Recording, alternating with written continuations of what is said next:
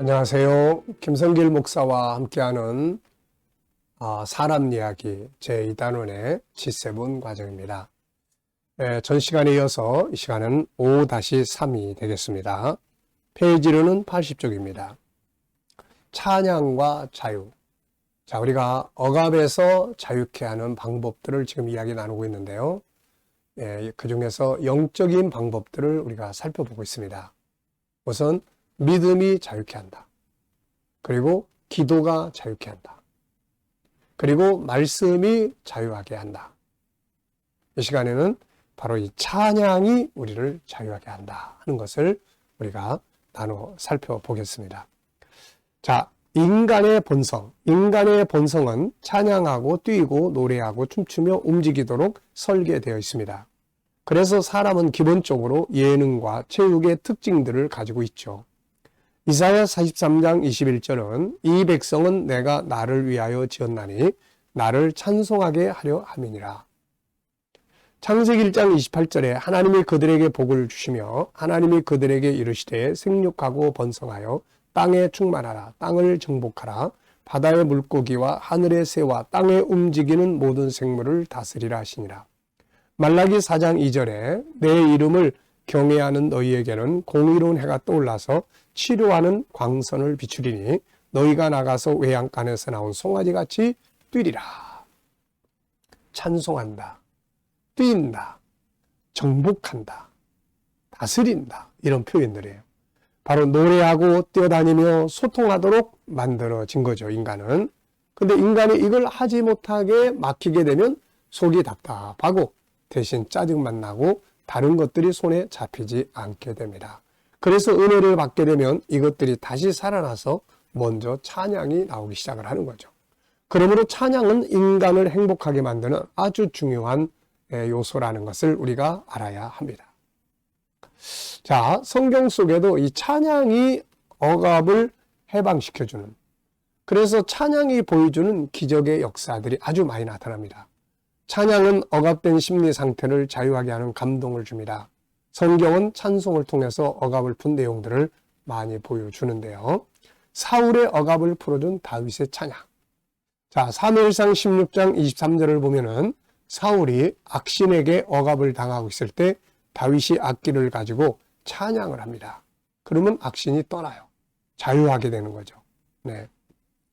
사무엘상 16장 23절 하나님께서 부리시는 악령이 사울에게 이를 때 다윗이 수금을 들고 와서 손으로 탄즉 사울이 상쾌하여 낫고 악령이 그에게서 떠나더라. 찬양은 악한 영이 떠나는, 억압에서 자유케 하는 능력을 발휘합니다. 자, 그리고 역대하 20장을 보면은 브라가 골짜기의 기적이 소개가 됩니다.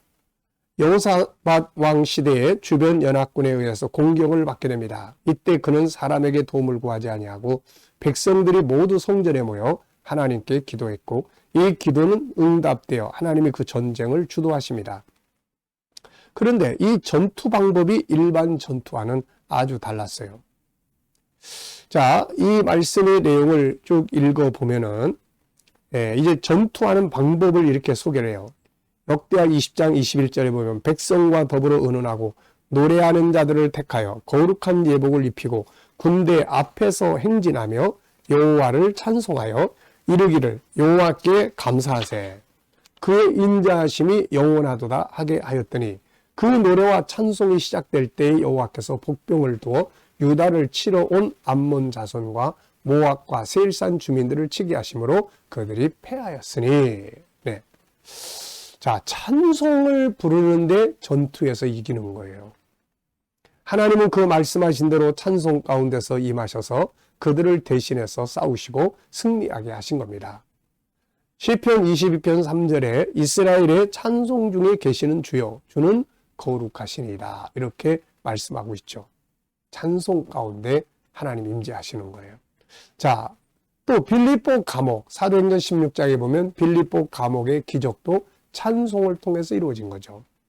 바울의 2차 선교의 첫 번째 선교지였던 빌립보에서 바울 사도는 기적들을 일으키며 복음을 전했지만 그것 때문에 붙잡혀서 실컷 매맞고 감옥에 갇히게 됩니다.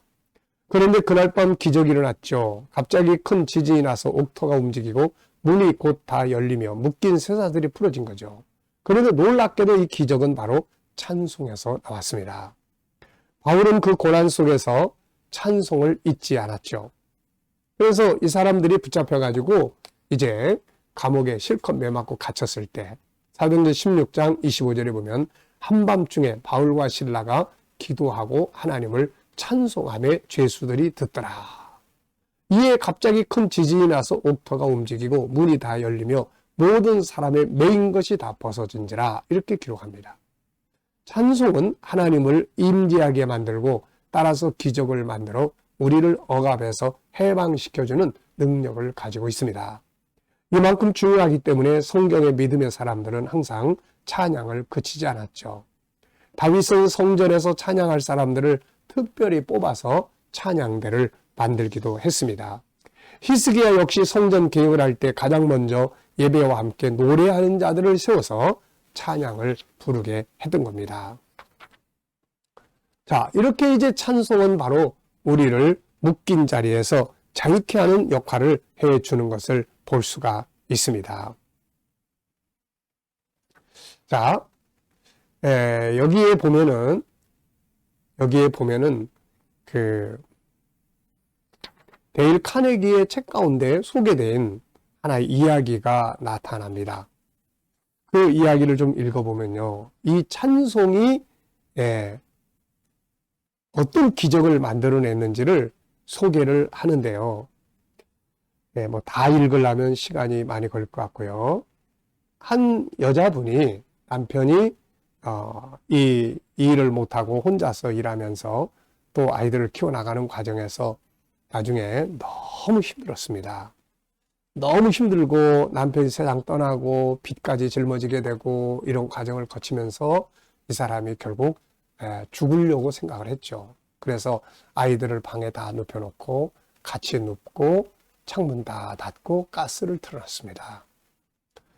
그래서 이제 가스를 틀어내니까 방에 가스가 꽉 차겠죠. 그러면서 이제는 우리는 다 같이 이제 간다. 다 같이 함께 죽는다. 그리고 자녀들까지 다 같이 죽으려고 하는데 그때 저 책상 위에 있던 라디오, 그 옛날이니까 라디오에서 찬송이 흘러나오기 시작하는 거예요. 그 찬송이, 그 가사가 이런 겁니다. 자애 기쁘신 우리의 벗 예수님은 우리의 죄와 슬픔을 씻어 주시나니 마음속에 괴로움 숨김없이 말하여 왜 인간은 말하지 않는 무거운 짐을 자애 기쁘신 우리의 벗 예수님은 우리의 약함 알고 가엾어 하시니 괴로움과 슬픔 속에 빠져들 때도 기도를 들으시며 위로해 주시네. 이 찬송을 들을 때 이 여자분이 막 심령에 감동이 오기 시작했어요. 그리고선 정신이 번쩍 들었습니다. 내가 왜 이러고 있지? 그러고서는 가스를 잠그고 창문을 열고 그리고 하나님 앞에 다시 살아나게 된 그런 이야기예요. 찬송이 이 가정을 살린 거죠. 네. 자, 저도 역시 이 찬송과 관계된 체험이 참 많이 있습니다. 그 중에 하나가 어떤 일을 진행하고 있을 때 환경과 상황이 어려워서 포기할까 말까 포기할까 그러고 있을 때였습니다. 그런데 차를 타고 가다가 어느 사거리에 딱 멈춰 서 있는데 그때 제가 틀어놨던 찬양 가사가 내 마음속에 흘러 들어왔어요. 그 내용 중에 이런 가사가 있었습니다. 포기하려고 멈춰선 그곳에서 내가 너를 도우리라. 야, 진짜 이 가사가 나를 살린 거죠. 이 가사가 내 안에 탁 들어왔어요.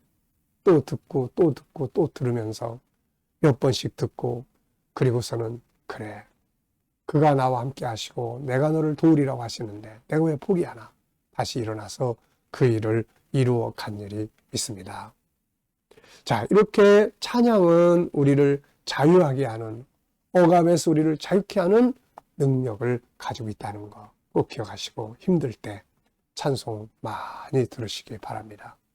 나를 억압하고 있을 때 찬양 많이 들으시면 찬양이 우리를 자유케 하는 역사를 만들어주는 거죠. 자, 이 시간 말씀은 여기서 마치겠습니다. 감사합니다.